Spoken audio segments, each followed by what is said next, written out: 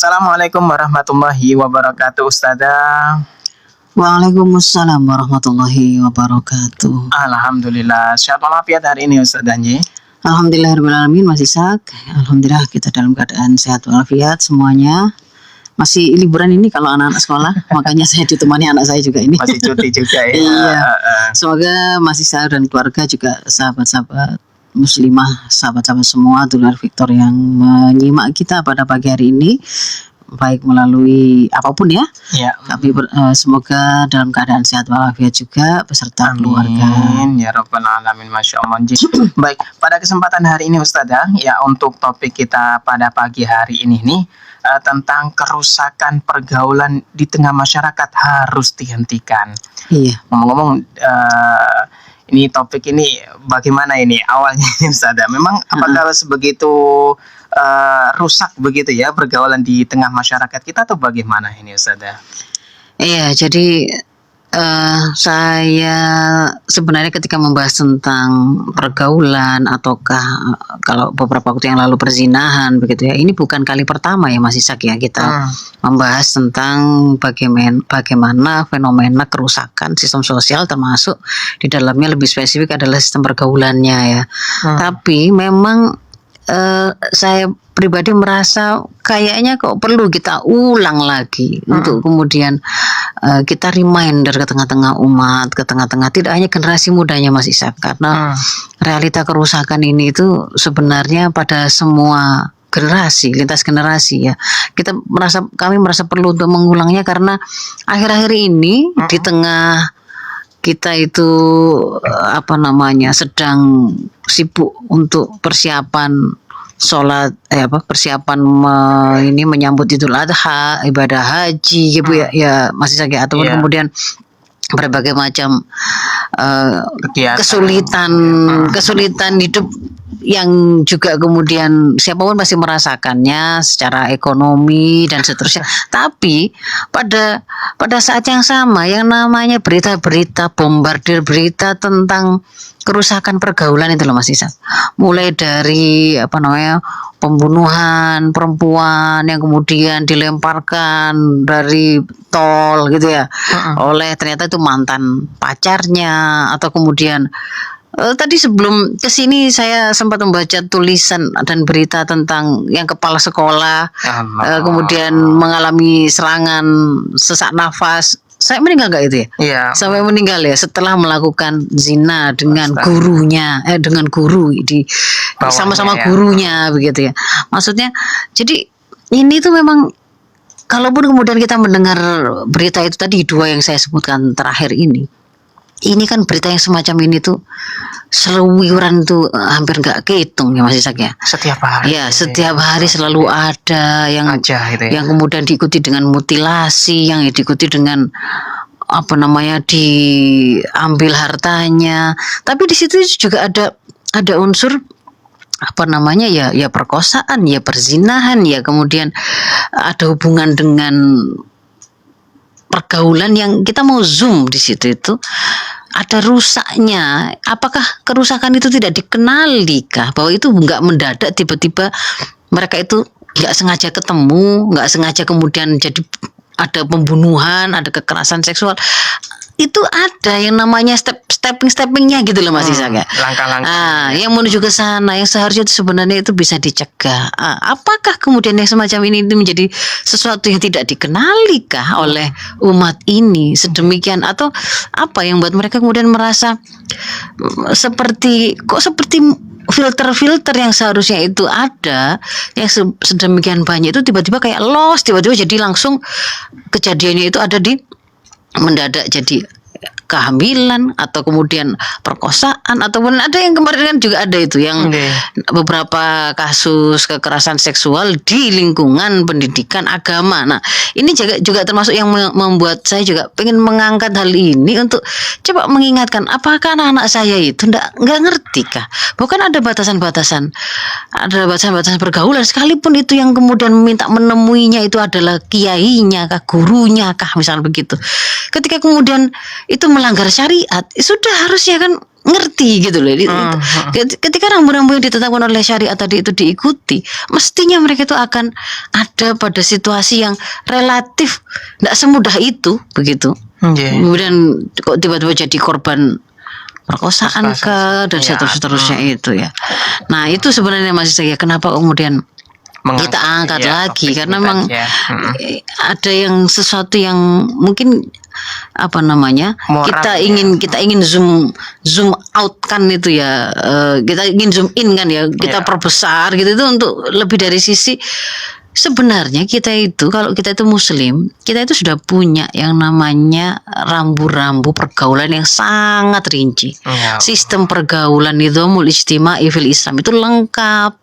Yang itu tidak hanya kemudian bertujuan untuk menjaga kehormatan baik laki-laki maupun perempuan, tetapi juga memastikan ketika mereka itu bertemu di dalam masyarakat, karena mereka tidak mungkin terpisah, pertemuannya itu akan diatur sedemikian rupa sehingga mereka masih bisa memenuhi apa yang menjadi hajah atau keperluan mereka berinteraksi, tetapi dijaga kehormatannya, kemuliaannya.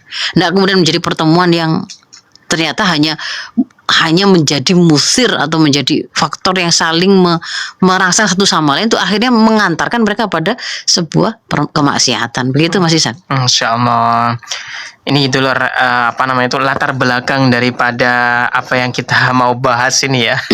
Luar biasa sekali. Baik, kita rehat sejenak dulu ya Ustaz Anji, agar nanti penjelasannya juga lebih panjang. Anda juga nanti bisa bergabung dulu sekali lagi di 081234939390. Tetap jangan kemana-mana dulu, tetap di Fajar Syiar Al Victor. Oke. El Victor, teman Anda menciptakan hari-hari penuh keindahan. Keren dan terbaik. Baik dulur Al Victor, kita lanjutkan kembali dulur kajian kita pada pagi hari ini bersama Ustadzah Dr. Faiza Roshidah, Master Kedokteran Tropis. Baik Ustadzah, monggo disilakan Ustadzah. Baik. Bismillahirrahmanirrahim. Assalamualaikum warahmatullahi wabarakatuh. Waalaikumsalam warahmatullahi wabarakatuh. Alhamdulillahirabbil alamin. Alhamdulillahilladzi arsala rasulahu bil huda wa dinil haqq liyudhhirahu 'ala dini kullih wa kafa billahi syahida. Asyhadu an la ilaha illallah wa asyhadu anna Muhammadan abduhu wa rasuluh. Allahumma shalli ala sayyidina Muhammad wa ala ali sayyidina Muhammad. Rabbi israhli sadri wa yassirli amri wa hlul 'uqdatam min lisani yafqahu qawli, amma ba'd. Alhamdulillahirabbil alamin. Sahabat sekalian, dulur El Victor yang dirahmati Allah.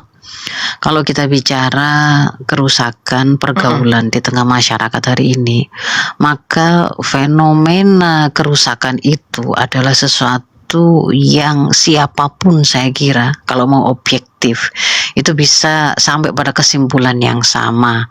Luar biasa rusaknya Mas Ishak. Dan itu jangan kemudian hanya membatasi itu hanya ada pada anak-anak muda kita atau generasi muda kita. Tidak. Yang tua-tua itu justru parah-parah juga malah ya. Mungkin kan saking berpengalamannya melakukan kemaksiatan itu ya. Yang tua-tua lebih marah meskipun ya yang jadi contohnya seperti apa? Kalau yang muda-muda bahkan kemudian anak SD misalkan ya, ada dengan sosmed itu kan kemudian kita itu kan menjadi cerminan masyarakat ya. Sosmed itu kan siapapun bisa menjadi broadcaster ya Mas Ishak ya. Semua orang bisa memberitakan apa yang ada di sekitar dia, apa yang dia temui, apa yang dia lihat, apa yang dia alami. Nah, di antara yang misalkan kemudian hari ini kita juga banyak menemui ada misalkan para profesional tertentu, dokter-dokter tertentu yang kemudian dia menceritakan. Nah, salah satunya saya mau ingin angkat apa yang kemudian pernah saya lihat di salah satu akun Instagram seorang dokter yang dia menceritakan datang pada saat itu 7 orang gitu ya, 7 orang anak usia SD belasan tahun 12-an begitu, yang mereka itu datang dengan keluhan nyeri kencing dan itulah kencing bernanah ya, anak laki-laki ya, anak laki-laki. Dan kemudian singkat cerita setelah ditelusuri misalkan di situ kemudian ditemukan ternyata mereka ini adalah para pembeli PSK yang tua itu loh, Mas Ishak, yang tua-tua gitu. Anak kecil itu. Anak kecil itu tadi jadi mereka patungan urunan sekian untuk membayar itu tadi. Berapa ya? Membayar 1 jam itu 150.000 kalau nggak salah ya, 150.000. Tapi itu tadi patungan dengan beberapa temannya, dan ketentuannya misalkan di situ dikatakan boleh berkali-kali. Berkali-kali maksudnya memakainya itu, berzinanya itu ketentuan dari si PSK yang sudah tua, berumur sudah 50-an tahun begitu. Nah, itu untuk mewakili satu saja yang saya angkat untuk mewakili kerusakan pergaulan hari ini. Bagaimana anak SD pun bahkan tidak sendirian dia diam-diam melakukan zina misalkan, tetapi bahkan dia bekerja sama, karena kalau uangnya sendiri nggak cukup. Tapi kalau urunan dia cukup, dan kemudian itu sudah ada keberanian untuk melakukan itu tadi, aktivitas membeli jasa PSK ya. Di situ kan sebenarnya yang nampak adalah mereka beli jasa PSK, tapi di balik itu kerusakan, di balik itu kan sudah terbayang gitu. Bagaimana kemudian ada orang yang jualan dirinya kan, menjajakan dirinya meskipun sampai tua. Berarti itu dia sampai sudah berapa tahun itu, dan tidak ada sesuatu yang membuat mereka jerah. Itu kan bisa terbaca sebagai kerusakan. Bahwa kemudian ada anak sekecil ini sampai kemudian dia melakukan tindakan seperti itu, berarti kan sudah terpapar dia dengan, dia sudah mengenal ada loh orang di tengah-tengah masyarakat kita itu yang jualan diri gitu kan. Berarti kan dia tahu kan itu kan, tahu informasinya. Berarti kan dia tahu tempatnya.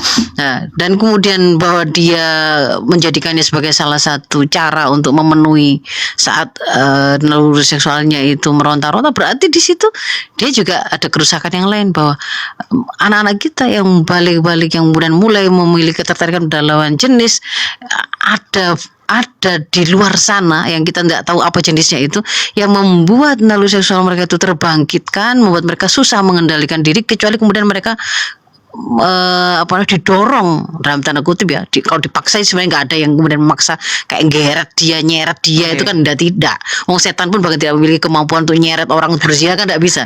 Tapi kan kemudian itu sesuatu yang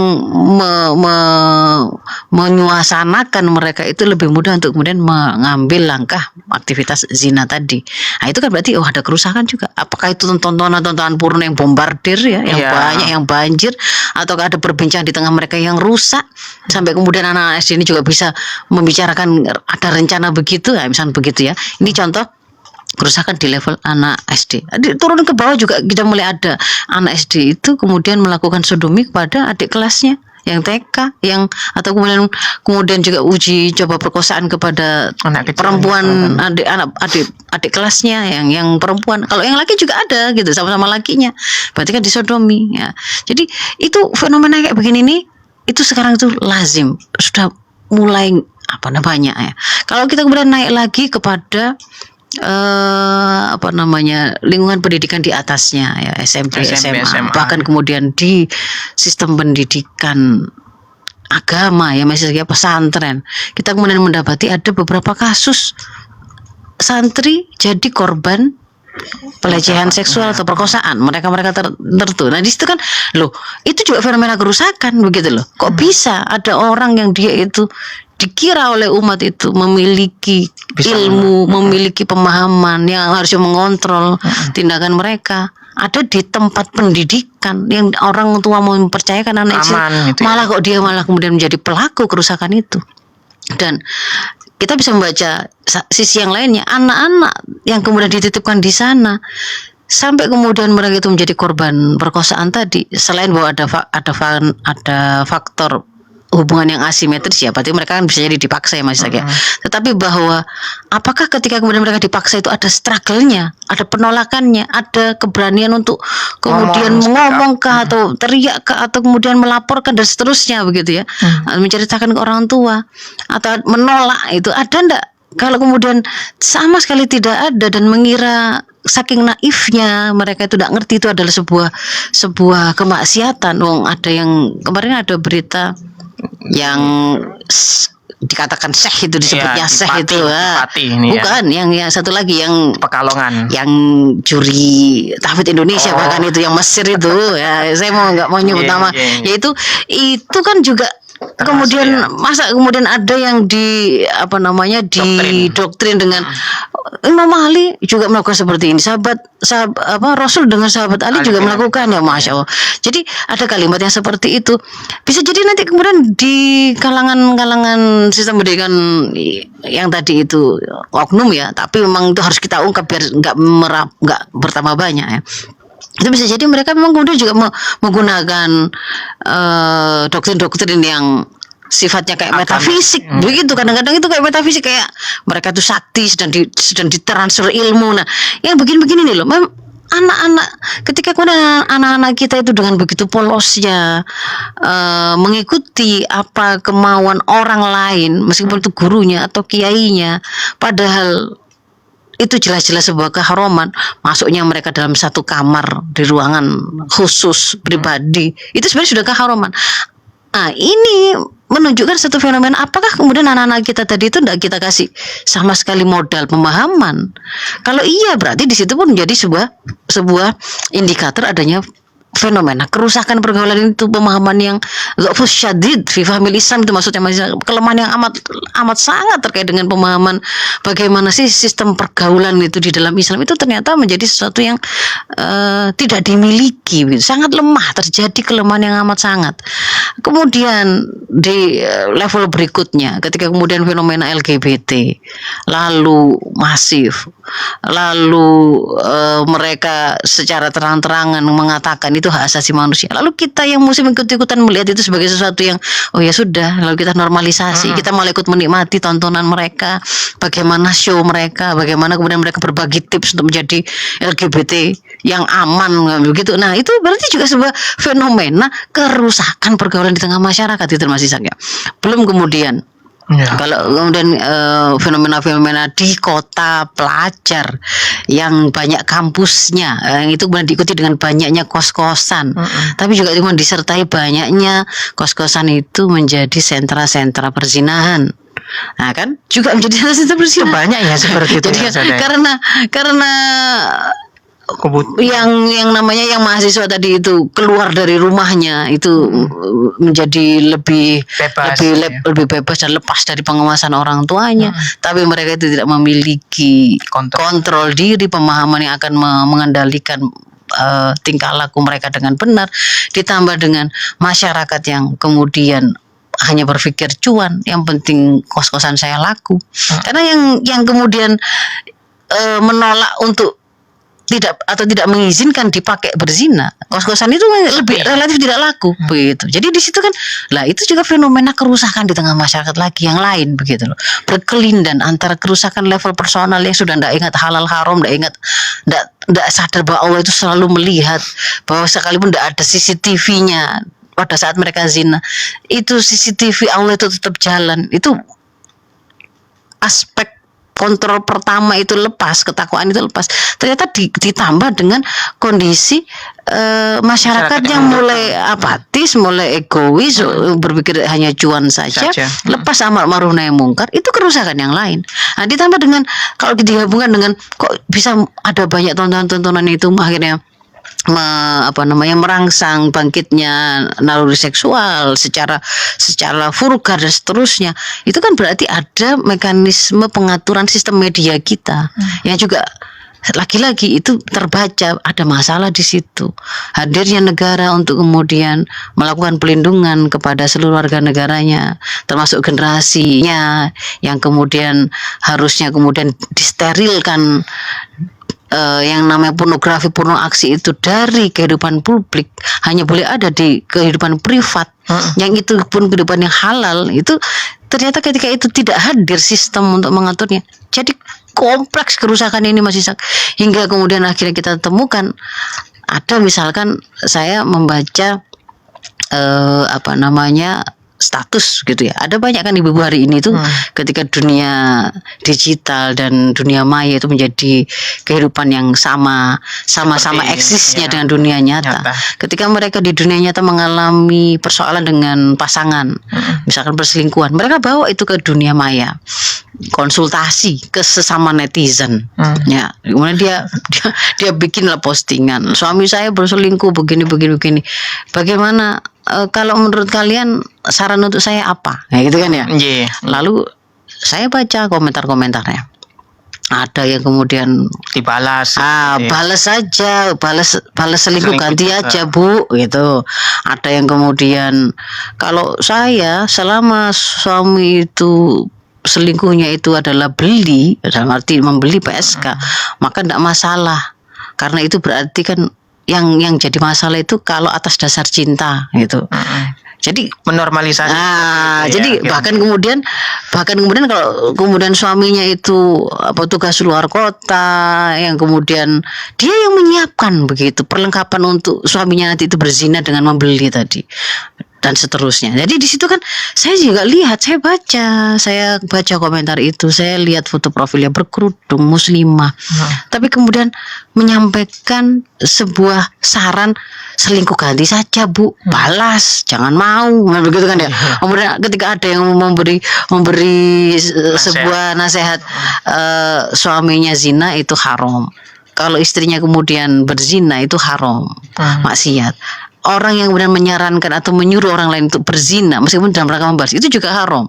Dapat juga ya. Nah, ada kan yang begitu kan ya. Nah, tapi kemudian apa yang terjadi? Diserang itu. Yang ngasih komentar bener begitu itu diserang oleh yang lain. Bagaimana sih Bapak itu? Ini kan ceritanya kan yang laki-laki duluan, suaminya duluan. Ya, jadi apa sih yang mau saya tunjukkan di situ? Apa yang kemudian saya ceritakan tadi, postingan yang dibuat, komentar yang kemudian berseliweran, nasihat-nasihat yang kemudian disampaikan, itu semua bisa kita baca betapa rusaknya pemahaman yang dimiliki oleh umat ini. Karena saya meng-highlight yang komentar itu juga Muslim gitu loh Mas Isak. Iya. Betapa rusaknya, betapa lemahnya, betapa tidak mengertinya mereka tentang sistem pergaulan dalam Islam, sampai kemudian mereka menyarankan sesuatu yang haram itu tapi tidak ngerti kalau itu tuh haram. Bahkan ketika kemudian dikoreksi oleh orang lain, itu kemudian malah yang menyampaikan dakwah atau kebenaran itu menjadi sasaran bullying gitu.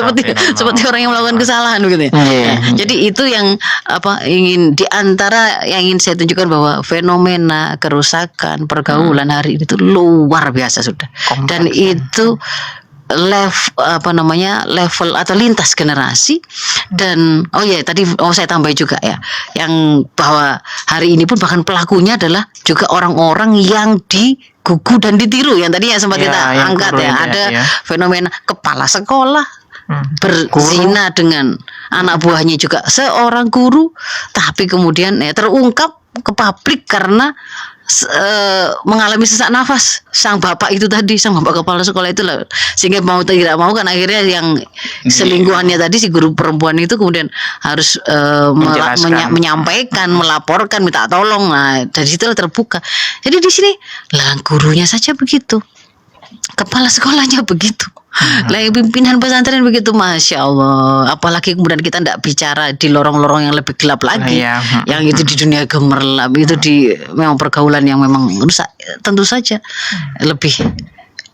lebih lazim terjadi ya seperti itu.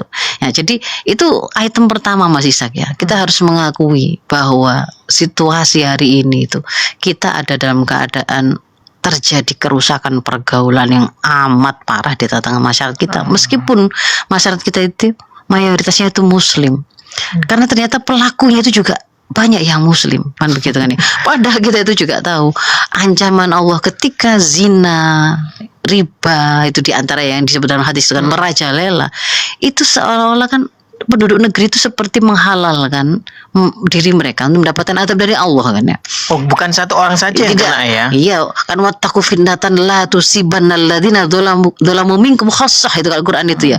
Takutlah kalian akan satu didatangkan azab yang itu tidak hanya akan menimpa orang zalim saja di antara kalian secara khusus. Karena ketika kemudian ada kemaksiatan lalu dibiarkan gitu ya, tidak ada aktivitas untuk mencegahnya, melakukan amar ma'ruf nahi mungkar di dalamnya, maka di situ itu ada ancaman akan ada azab yang ditimpakan tidak hanya pada para pelakunya atau orang zalim khusus saja, bahkan kalau digandingkan dengan hadis yang lain, kalau pada saat seperti itu kemudian kalian berdoa, doa kalian jadi nggak diijabah. Siapapun itu Iya, ya. jadi kan loh, ini kan berarti sebuah kerusakan yang sebenarnya nggak boleh kemudian kita anggap remeh. Oh, itu urusan pribadi-pribadi. Enggak, itu bukan urusan pribadi-pribadi. Sama seperti di hadis yang panjang tentang ketika Rasul menggambarkan bagaimana kehidupan masyarakat itu dalam hal mereka itu menjaga dan merusak aturan itu, seperti kehidupan bermasyarakat itu kan seperti sekelompok orang yang naik kapal itu loh, Mas Ishak, ya. Kan panjang hadisnya, saya ceritakan isinya saja. Karena jumlahnya mereka banyak, mereka kan harus berbagi tempat ya. juga. Ada yang dapat tempat di dek bawah dan dapat di dek atas. Nah, ketika di dek atas itu ketika dia mau mengambil air, tentu saja dia harus ke bawah begitu ya. Dia di bawah itu mau ambil air, dia harus naik ke atas. Nah, dia harus naik ke atas. Sehingga kalau kemudian yang penumpang yang di dek bawah itu berpikir, kenapa saya tidak lubangi saja tempat saya? Toh saya itu orang yang paling dekat dengan air. Itu juga akan tidak membuat saya itu lebih susah naik dulu, ataupun kemudian mengganggu orang yang di atas. Misalkan pakai argumentasi atau alasan yang seolah-olah itu memang bagus gitu ya, untuk kebaikan semua gitu ya. Kan lebih enak seperti itu. Maka kalau kata Rasul di situ itu, kalau orang yang sedang melubangi tempatnya tadi itu dibiarkan, maka kerusakan itu tidak hanya akan menimpa sang pembuat lubang itu, tapi seluruh kapal dan beserta isinya itu akan rusak. Nah, itu gambaran kehidupan bermasyarakat itu seperti itu. Ketika satu kemaksiatan dibiarkan, Mas Ishak, meskipun kemaksiatan personal mulanya ya, tapi dibiarkan, maka kerusakan itu tidak hanya akan dirasakan oleh sang pelaku. Misalkan kita ambil contoh real ya, mabuk atau narkoba. Nah, pernah ada di negeri ini juga musim pada waktu tahun baru, dalam kondisi gitu, karena pakai narkoba atau karena mabuk itu, kemudian dia mengendarai kendaraan lalu dia menabrak sekumpulan orang, banyak lah korbannya itu, tidak cukup satu, langsung 7, langsung di Surabaya juga pernah ada itu yang cewek itu ya kan, barusan belasan itu. Nah, jadi seperti itu, nggak perlu kemudian si korban itu adalah orang yang dikenal oleh pelaku. Siapapun bisa menjadi korban begitu. Jadi ketika kemudian ada pelaku kemaksiatan berupa orang yang menggunakan minum khamr tapi dibiarkan, nggak cuma rusak dianya. Ketika kemudian dia dalam kondisi mabuk, tidak memiliki kontrol, dia kemudian berinteraksi dengan orang, ada tersulut emosi sedikit atau banyak kan itu kejadian-kejadian orang mabuk terus kemudian ya ganggu warung, ya kemudian melukai orang yang sedang jualan, orang yang lewat dan seterusnya, atau kayak itu tadi dia membawa kendaraan mencelakakan banyak orang. Kemaksiatan itu merusak tidak hanya pelakunya tapi juga orang lain, termasuk juga dalam hal ini dalam konteks pergaulan atau kerusakan pergaulan. Ketika ada artis porno, namanya artis porno, dari produksinya itu memang ada pornografi, ada aurat yang diungkap, dia membuat film yang itu mau didedikasikan itu untuk memang untuk mengompor-ngompori syahwat untuk berzina, memang kan diproduksi untuk begitu. Maka ketika kemudian artis tadi itu ya ditontonlah itu oleh anak SD, anak atau orang, semuanya bisa mengakses. Ketika kemudian terbangkitkan naluri seksual yang ada pada diri manusia, maka ketika kemudian sang manusia ini tadi itu kan pilihannya kan pada kondisi seperti itu kan, dia kan seperti dibikin gelisah kan Mas Ishak. Kalau naluri itu tadi dibangkitkan, itu kan dia akan seperti membuat tidak nyaman atau gelisah yang bersangkutan sampai dia itu memenuhinya, atau dia berhasil menenangkan kembali sehingga dia itu tersimpan sebagai potensi atau memori saja, tapi tidak dalam keadaan bangun. Jadi sebenarnya kita manusia yang sedang berada di masjid dengan manusia yang kemudian sedang berzina di satu kamar hotel check-in itu kan sama, potensinya sama. Tapi ketika kemudian dia di masjid itu potensi naluri seksualnya tidak sedang dibangkitkan, tapi yang ini tadi dibangkitkan begitu loh. Jadi sebenarnya ketika itu tadi itu terbangkitkan, dia akan memenuhinya atau dia kemudian berhasil mengendalikannya dan membuatnya itu tersimpan kembali sebagai sebuah potensi. Nah, ketika kemudian terbangkitkan dan kemudian dia bukanlah orang yang memiliki saluran pemenuhan yang sahih, belum menikah, tidak punya pasangan sah gitu misalkan, lalu kemudian lewatlah itu tetangganya yang wah dalam benak dia ini nenek-nenek gampang ini.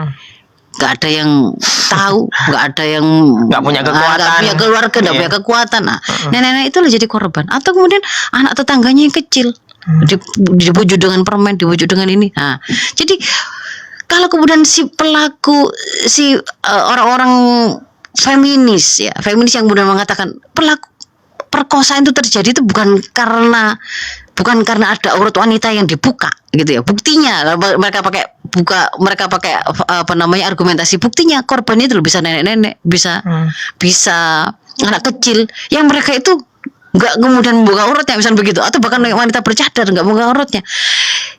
Logika dia itu keliru gitu ya. Memang ketika membangkitkannya itu tentu saja yang membuka aurat, yang melakukan pornografi, porno aksi tadi.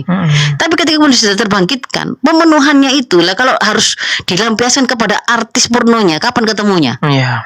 Berapa banyak orang yang kemudian terbangkitkan mau harus dipenuhi dengan kepada si artis pornonya? Ya enggak mungkin. Tapi bisa kemana saja, bahkan bisa hewan-hewan juga bisa. Kan ada 300 ayam mati secara beruntun karena korban perkosaan seseorang itu kan. Nah, juga di sini juga, di Indonesia juga.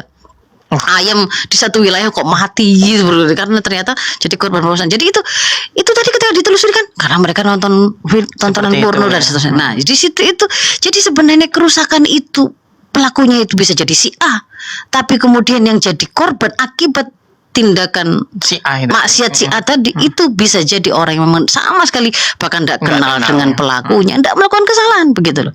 Itu yang dimaksudkan dengan kemaksiatan ketika dibiarkan bisa menghancurkan tidak hanya sang pelaku tapi juga seluruh anggota masyarakat. Maka di situ item atau konten kedua yang ingin saya garis bawahi, kerusakan ini karena sudah sampai pada level yang sangat parah seperti ini. Harusnya semuanya itu sudah sepakat ya harus kita hentikan.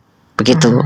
Kita mau sampai kapan ini? Masih ada waktu? Terus nggak apa-apa. Oh, masih ada waktu. Belum iklan ya Mas ya? Baik. Nah, kemudian yang berikutnya. Jadi kita sudah sepakat itu. Lalu bagaimana? Apa saja sih yang kemudian harus kita pahami, harus kita install pemahaman itu kepada juga anak-anak kita, keluarga kita yang menjadi tanggung jawab kita. Yang pertama itu Mas Ishak ya, kadang-kadang itu padahal ini sebenarnya remeh, tapi kok ya bisa bingung atau tidak paham gitu ya. Kadang itu ada anak-anak kita itu yang kemudian terlalu, karena dia tidak dibesarkan dengan proses penyiapan untuk siap mengemban taklif pada saat dia sudah mukallaf atau balik, tidak diperkenalkan dengan Agama. dengan tanda-tanda balik, bahwa mengenali tubuh mereka, bahwa mereka itu manusia yang memiliki naluri seksual, ada ketertarikan pada lawan jenis, dan itu merupakan memang ciptaan dari Allah ya. Jadi kadang itu si cewek itu ketika dengan gerakannya yang dia tidak sadar, dengan penampakan fisiknya itu memang apa adanya pun itu sudah menjadi daya tarik tersendiri buat lawan jenisnya yang normal kan begitu. Nah itu tuh harus disadari gitu loh, sehingga kemudian mereka itu juga paham betul, tidak terlalu naif berdekat-dekat dan merasa kita cuma temanan, tidak begitu gitu ya.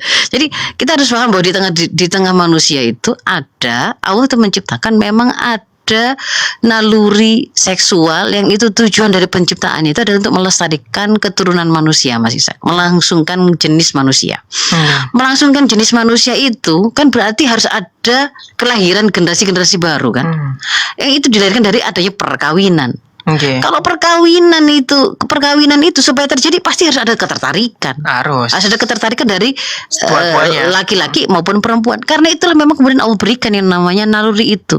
Jadi secara fitrahnya memang iya diciptakan oleh Allah adanya naluri itu karena untuk melestarikan keturunan manusia.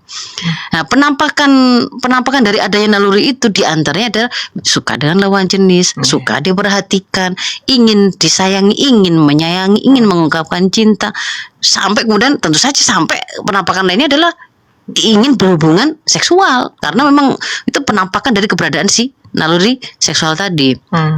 Tapi keberadaan si naluri seksual ini itu Mas Isa harus difahami, ini yang kedua. Jadi itu fitrah. Yang kedua adalah dia keberadaannya itu tidak pernah bisa memaksa siapapun manusianya untuk memenuhi dengan cara yang salah.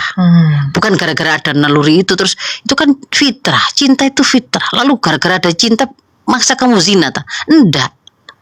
Ya, gara-gara kita tuh senang pada seseorang itu terus kamu seperti tubuhmu diseweret, ditabrak-tabrakkan ketemu sama orang itu kan juga tidak gitu loh. Bergerakmu ya bergerak dengan kontrolmu begitu loh. Kamu kemudian akhirnya memilih untuk melakukan chatting yang itu mulai membuka percakapan sifatnya private, itu sudah salah. Itu juga sengaja dengan kesadaran kamu ada aksi, ada ikhtiar di situ.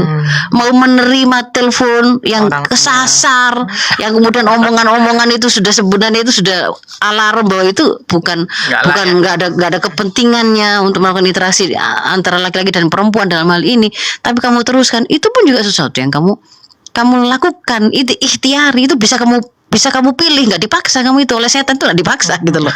Ya kan, sampai kemudian check innya gombal-gombal dan seterusnya sampai zinanya itu tidak ada yang kemudian dipaksa. Keberadaan potensi itu tidak serta-merta membuat manusia yang memilikinya itu terus bermaksiat, itu harus dicatat. Makanya tidak semua orang itu kemudian menjadi pezina, meskipun mereka semuanya pasti memiliki naluri seksual. Nah, dan yang ketiga, kenali bagaimana karakter naluri seksual ini. Dia itu ada 2 karakter ya, Mas Ishak ya, yang perlu dicatat di sini. Bisa dibuka di kitab Nizamul Ijtima' fil Islam yang ditulis oleh Syekh Taqiyuddin An-Nabhani.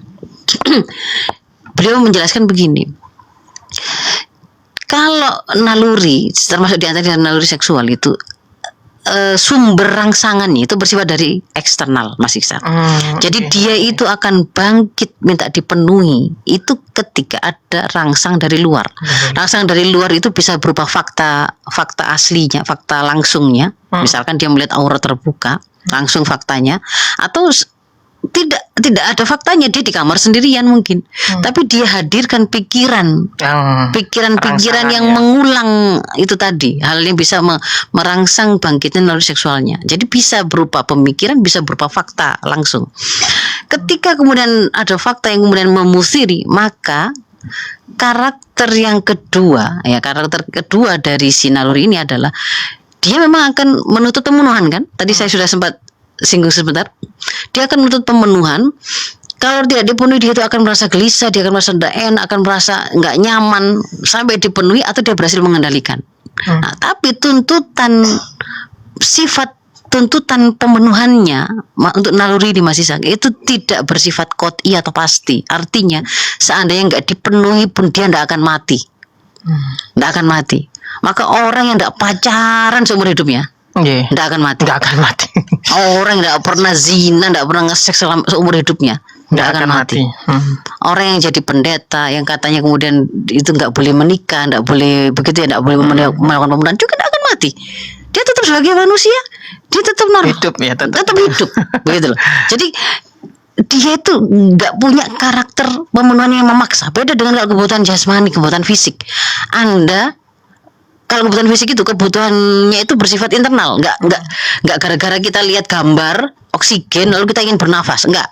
Gara-gara lihat iklan WC lewat gitu, misalkan toilet itu terus jadi kepingin BAB, enggak. Itu internal sifatnya itu. Karena ada CO2 kita tinggi, otomatis akan merangsang kita untuk mengambil oksigen kan, begitu kan ya. Nah, kalau kemudian tidak dipenuhi, kalau kebutuhan fisik, kebutuhan sifatnya jasmani ini tadi, ketika tidak dipenuhi pasti akan mengantarkan pada kematian.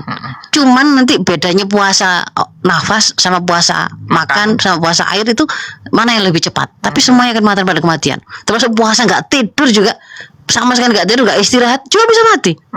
Tapi kalau kemudian naluri tadi itu tidak akan mati, gitu Mas Ishak. Nah itu jadi berarti bagaimana dari prinsip nomor berapa ini tadi? Nomor 3 ya?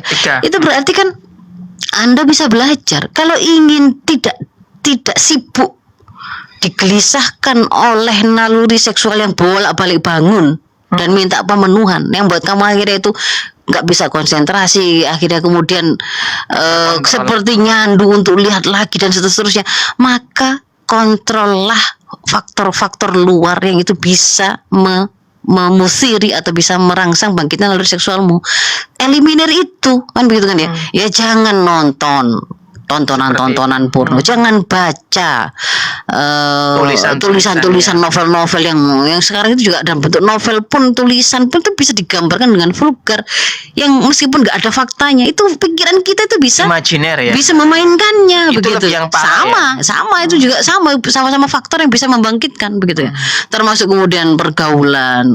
Jangan kemudian mojo, membuka aurat, melihat aurat. Nah, seperti itu berarti kan harus dihindari. Sebaliknya, kalau kemudian energimu tadi itu cukup banyak nganggur gitu ya, kalau kemudian sampai nyari kegiatan itu dengan cara itu tadi itu ya, sehingga akhirnya malah repot sendiri, maka selain kamu mulai hindari itu, kalau energimu tadi itu masih banyak, alihkan itu untuk melakukan kebaikan yang bisa melupakan kamu dari faktor-faktor yang seperti itu. Apakah kamu kemudian melakukan aktivitas olahraga yang sehat, yang aman, yang tetap menjaga aurat, tidak kemudian mendekati kepada, akhirnya ada kan yang nge-gym itu untuk nyari pasangan homo juga ada, Mas Isan. Loh. Ya ada, itu termasuk sentra juga lah, hati-hati juga ya.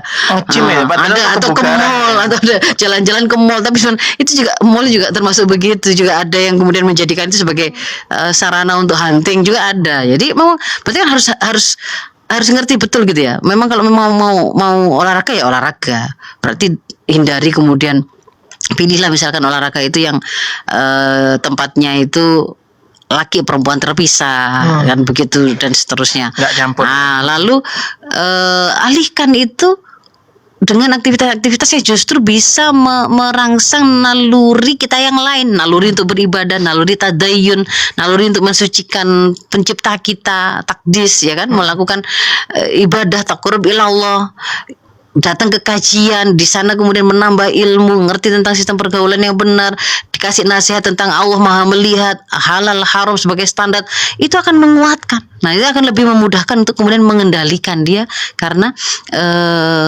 kontrol dirinya semakin diperkuat gitu ya. Itu jadi itu yang benar harus Anda lakukan. Tapi sebenarnya tidak semata bersandar kepada ikhtiar dari personal. Kalau orang itu sudah berusaha mengendalikan tidak melihat itu, tetapi kemudian yang namanya produksi pornografi itu produksi masif dan dibombardirkan nggak karu-karuan gitu ya, sampai kemanapun mata memandang itu terpapar, telinga berusaha nggak dengar masih juga terpapar dengan lirik-lirik yang porno, lagu-lagu lirik porno kan juga banyak masih itu dari telinga, dari telinga berarti kan nggak harus dari mata, dari telinga kemudian mendengar liriknya yang begitu step by step, seperti itu pun kemudian juga akan menjadi susah. Maka sebenarnya di situ ada peran lain di luar personal yang kemudian harus kita kasih catatan, Mas Isa. Nah, tapi nanti kita simpan dulu. Kita lanjut ke apa lagi yang kemudian harus diperhatikan ya. Harus kita modalkan atau pemahaman yang harus dikuasai tadi supaya tercegah. Yang berikutnya setelah mengenali karakter dari naluri itu, sekarang kemudian yang berikutnya adalah fahami bahwa karena naluri seksual tadi itu diantaranya itu bisa bangkit karena keberadaan dari lawan jenis, maka dalam Islam itu kemudian diatur betul, ada sistem, ada interaksi yang kemudian diatur sedemikian rupa, Mas Isak, sehingga kalau mau memenuhi kebutuhan naluri seksual itu hanya satu jalan yang halal itu, yaitu melalui pernikahan. Dan apapun yang bisa mengantarkan kepada aktivitas pemenuhan naluri seksual yang sifatnya itu seperti rayu-rayuan ya, mukotimahnya menuju ke aktivitas seksual, itu hanya ada di pernikahan, kehidupan pernikahan, tidak boleh di luarnya ya. Di kehidupan yang sifatnya publik itu harus steril dari hal-hal yang bisa memusiri, merangsang bangkitnya naluri seksual itu. Apakah itu dalam bentuk pengaturan tontonan-tontonan yang ada, sistem medianya, termasuk juga sistem pergaulannya, termasuk juga bagaimana tampilan dari orang-orang yang berinteraksi di dalamnya. Maka di dalam Islam itu kemudian diatur ada hukum tentang menutup aurat. Nah, itu harus diperhatikan, menutup aurat. Menutup aurat itu seluruh tubuh wanita, kalau perempuan ya, kecuali ila wajah wa kafah itu secara umumnya kan begitu. Kalau kemudian nanti ada tambahan, kalau mazhab Syafi'i ditambah dengan cadar dan seterusnya, itu kita tidak bahas masuk ke sana. Tapi menutup aurat, satu sisi menutup aurat, laki-laki juga disuruh menutup aurat, tidak hanya perempuan. Di pihak yang lain gitu ya, ada perintah juga untuk menundukkan pandangan ghadul basor ya. Mengalihkan. Ghadul basar menundukkan pandangan itu artinya maknanya itu kalau secara umumnya itu hampir seluruh mufasir menyampaikannya sama. Satu, itu tidak melihat aurat Mas Ishak. Yang kedua, kalau melihat selain aurat itu harus tanpa syahwat. Kalau dengan syahwat berarti harus dialihkan. Jadi meskipun ini nggak lihat langsung gitu ya, nggak lihat langsung orang, tapi misalkan scrolling TikTok, lalu kan sekarang itu ya cukup dengan ada video, ada foto, misalkan cowok ganteng gitu saja, langsung itu kalau kemudian saya baca komentar-komentarnya itu menampakkan lisan yang tidak ifah, tidak menjaga kemuliaan diri. Misalkan jadi pengen hamil, boleh kalau sama abang ini, begitu tuh loh. Kok bisa ya?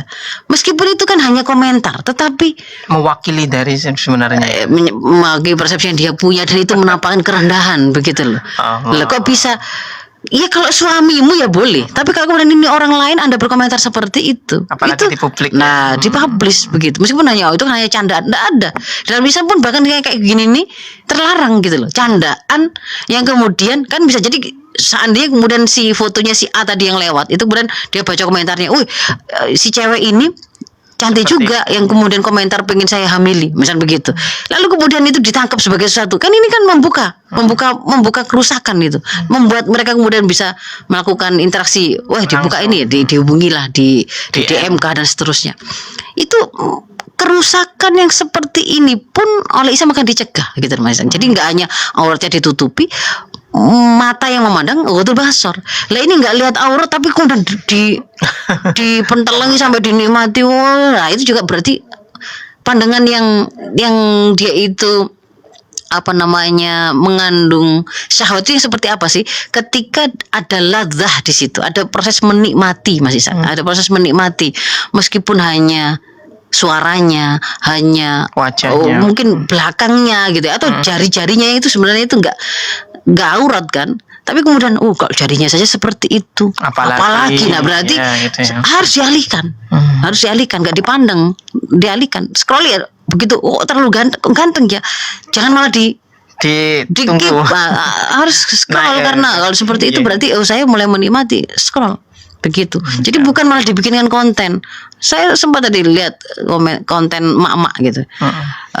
Jadi dia bikin postingan guru-guru di sekolah anaknya yang SD itu ganteng-ganteng gitu.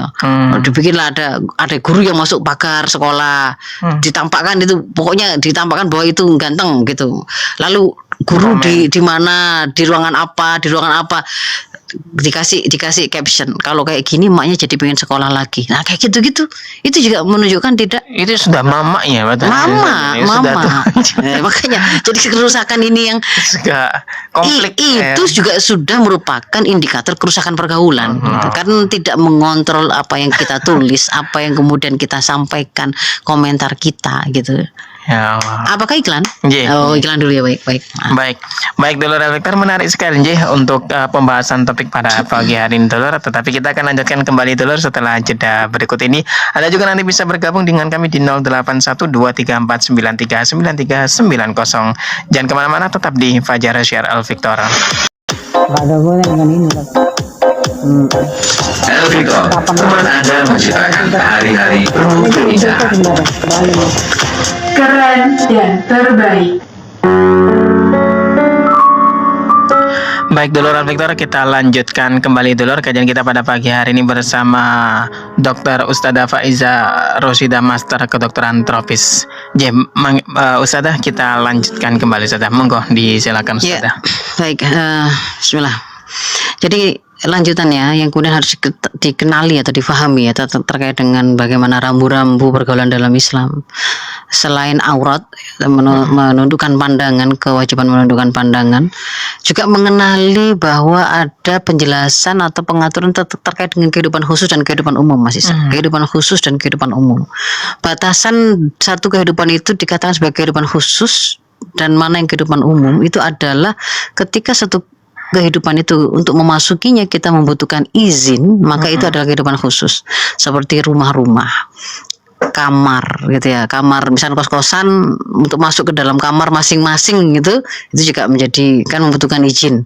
Memasuki rumah pribadi atau kemudian klub-klub khusus, nah, itu juga berarti itu adalah kehidupan khusus. Di kehidupan khusus itu ada hukum yang memang berlaku juga khusus, bahwa di situ itu di rumah-rumah kita, di rumah-rumah pribadi kita itu kita boleh para wanita itu kemudian, jadi di rumah khusus itu, di rumah itu adalah salah satu contoh dari kehidupan khusus yang di dalamnya para perempuan itu hidup bersama perempuan yang lain atau bersama laki-laki yang menjadi mahram mereka, yang kemudian mereka diperbolehkan untuk kemudian menampakkan aurat lebih dari yang di kehidupan umum itu boleh dilihat. Kalau di kehidupan umum kan harus menutup aurat secara sempurna. Kalau di dalam rumah itu boleh mereka menanggalkan baju luar atau jilbabnya sehingga kemudian hanya pakai baju rumahan seperti yang memperlihatkan tangannya, memperlihatkan rambutnya, memperlihatkan kakinya, begitu. Itu diperbolehkan memang di dalam kehidupan khusus. Tetapi untuk orang luar memasukinya membutuhkan izin.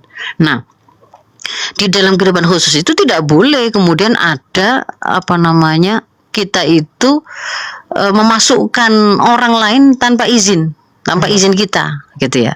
Bahkan secara khusus lagi itu di dalam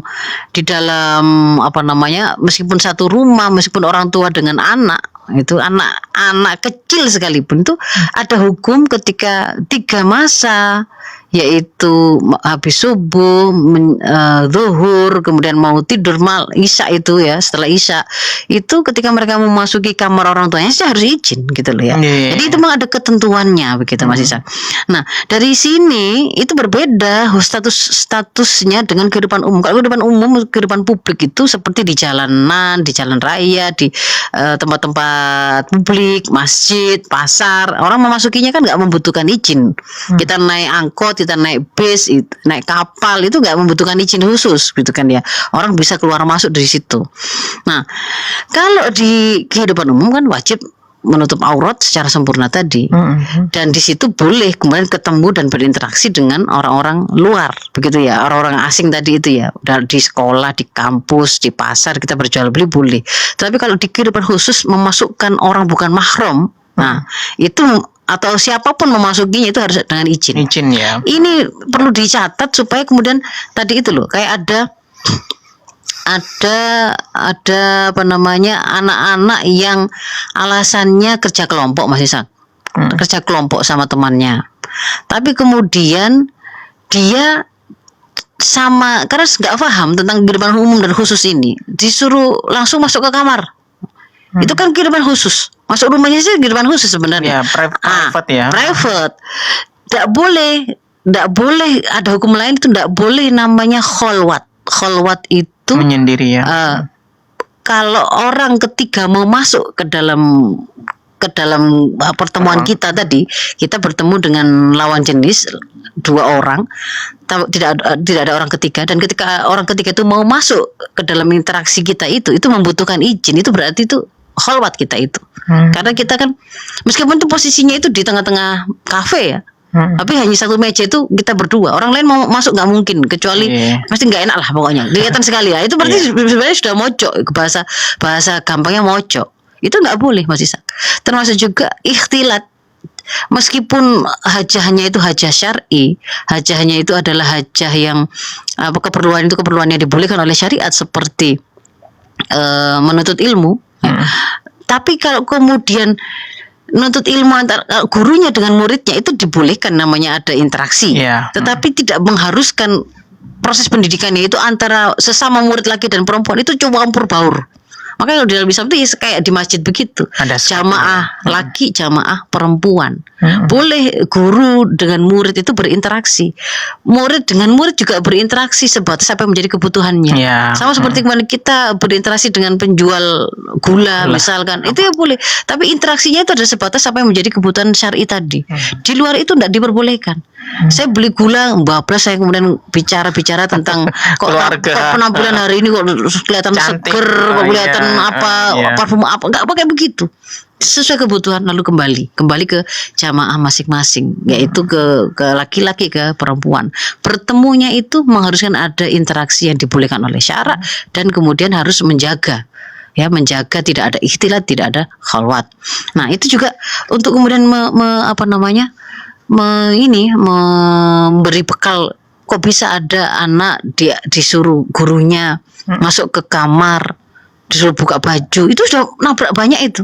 Sudah nggak logis. Berdua saja di kamar itu sudah haram. Termasuk mahram itu ya. Mahram itu bukan ipar itu bukan mahram. Jadi kalau kemudian mereka itu sama iparnya di rumah tok berdua, si laki-laki sama adik iparnya gitu misalkan ya, laki perempuan di rumahnya, itu ya statusnya itu haram, tidak boleh. Berdua di dalam kehidupan khusus, itu namanya yang mojok itu begitu. Jadi di situ supaya kemudian menjadi rambu-rambu yang akan mengerti, loh kok saya ditemui hanya berdua saja di ruangan tertutup, tidak ada orang ketiga. Berarti ini masuk khalwat. Disuruh buka aurat loh. Buka aurat kan haram, kecuali bolehnya itu kepada siapa-siapa, itu batasan seperti ini. Atau kalau misalkan itu sampai aurat yang terdalam, ketika itu dalam kerangka hajah pengobatan misalkan. Jadi faham begitu loh. Gak boleh kemudian semata-mata karena gurunya yang nyuruh lalu terus langsung ikut. Padahal syariatnya sudah memberikan tuntunan gak kayak gitu. Gitu ya. Jadi itu terkait dengan kehidupan, pembatasan kehidupan khusus dan kehidupan umum, interaksi yang diperbolehkan, tidak boleh ada ikhtilat, tidak ada khalwat. Jamaah laki-laki dan perempuan dalam Islam itu dijaga terpisah. Mereka boleh bertemu, berkumpul untuk hajah syar'i dan sebatas itu, begitu. Nah, kemudian hari ini termasuk interaksi yang sifatnya itu tidak syar'i, meskipun tidak ketemu langsung, itu adalah interaksi melalui dunia maya, ya, yang itu juga harus dijaga hati-hatinya. Ngomongnya perempuan dan laki-laki dan perempuan itu tidak boleh kemudian dibumbu-bumbui dengan hal-hal yang sifatnya itu mengarah ke sana. Apakah itu kalau dalam bahasa langsung begini, ini suara yang didesah-desahkan, dicentil-centilkan, dimanja-manjakan, itu nggak boleh. Kalau di dalam bahasa tulisan dikasih emoticon kiss atau love, itu juga nggak boleh, begitu. Kalau dalam kehidupan nyata ini interaksi khalwat tadi itu, khalwat itu berarti kita di mojok tadi ya, ketemu di check-innya atau ketemu di kafe tertentu atau mojok lah di tempat yang sepi, di bawah-bawah semak-semak misalkan, itu termasuk khalwat. Di dalam dunia maya itu chat-chat pribadi itu masih DM. Nah, ketika kemudian tidak ada keperluan, sudah tidak usah diterus-teruskan. Nah, sekarang malah nyasar-nyasar itu loh. Chat nyasar malah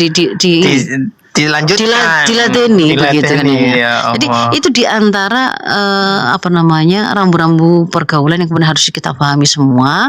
Tapi itu tidak bisa kokoh kita lakukan kecuali memang ada backup, Mas Ishak. Ada sistem pendidikan yang membuat umat ini, anak-anak umat ini, siapapun dia, ketika tersentuh dari sistem pendidikan Islam, otomatis ngerti cara pergaulan seperti ini, rambu-rambu. Lalu kemudian ditambah dengan sistem medianya yang menjaga, tidak malah memusiri, tidak malah membongkar aurat-aurat kesana kemari. Ya, kemudian ada dakwah yang di tengah-tengah masyarakat terjadi untuk melakukan amar ma'ruf nahi munkar dan mengedukasi masyarakat. Tadi ya, misalkan kok bisa ada komentar seperti itu di tengah publik, kita harus ingatkan. Kok ada kita menormalisasi LGBT, itu harus kita ingatkan. Nah, kayak begitu kan dakwah yang akan menjaga. Tentu saja negara yang sanggup melakukan pelindungan secara sempurna kepada warga negaranya, dalam hal ini umat ini, akidahnya, pergaulannya, itu adalah negara yang memang dia itu mau menerapkan sistem kehidupan sesuai dengan tuntunan dari Allah, Mas Ishak. Ya, sistem Islam ya, syariat Islam secara kafah. Mungkin saya kira itu ya, Mas Ishak ya, bisa saya sampaikan. Apakah ada kesempatan untuk tanya jawab? Boleh. Ini kita tersisa 1 menit ini, Ustaz Anji. Dari pertanyaan di TikTok ini ya.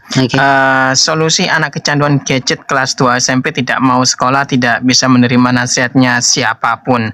Berani sama ibunya selalu ngomong kotor, tidak mau sholat ngaji. Itu tidak bisa instan.